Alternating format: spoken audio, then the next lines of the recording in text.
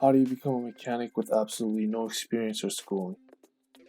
Hey, my name is Tony, and I understand what it's like trying to get a job in the automotive field. You've probably taken so many people's advice by now about how to become a mechanic, but you find yourself still looking to get hired. You may also see other people make it into the field and you wonder how they're there, but you're not. I was in that position once myself. It's frustrating. You may be tired of calling up shops and getting rejected time and time again. Or you meet shop owners and managers in person to only have no one actually call you from there. Look, I've tried almost everything in the workshop book when it comes to trying to get a job as a mechanic. I've tried to tell the employer I'm really passionate about cars. I've even offered to volunteer my time just to learn from them. Nothing. But when I discovered this simple action several years later, everything changed for me. I understand the trouble that you have, so I've put 3 easy proven methods that will drastically increase your ability to get your foot in the door. This is something you can implement this week. You don't have to volunteer your time only to sweep floors and take out trash for shop owners for free.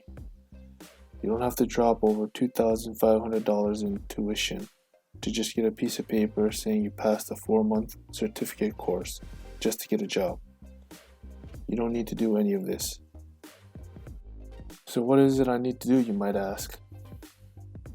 Are you ready for the answer?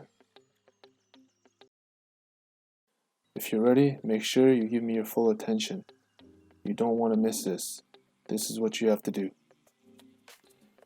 Method number 1. Decide to fix somebody's car the next time they have to get it repaired. That's it. It can be anyone you know. Ask your mom or your dad to fix your vehicle next time. Just decide to do something. But wait, you might be asking, how can I fix someone's car when I have no experience? What if I make things worse and have the person chase me down for wrecking their vehicle? Don't worry, I got you covered. I've dumbed it down so much with these examples that it's hard to mess this up the next time you repair someone else's vehicle. Alright, so method number 2. Offer to change someone's engine oil next time they need an oil change. You don't need many tools and knowledge to get this one right. It only takes about 30 minutes to 1 hour for beginners. So doing it in 1 hour means you'll look almost semi-pro when you're done with the oil change. Method number 3. Offer to change out brake pads and rotors for somebody. This does take more time to do than it does changing out oil, but it's only slightly more challenging. It can be done in about 1 to 2 hours and is fairly straightforward. That's it. You do these 3 things and your chances of success have increased tenfold. Employers will consider taking on someone who knows how to change oil and brakes, because this is their bread and butter in the shop. And it's so easy to do now, you have no reason not to do it at all. Next time you meet with an employer, tell them you know how to change brakes and oil. If he asks you how you did it, you can tell him with ease.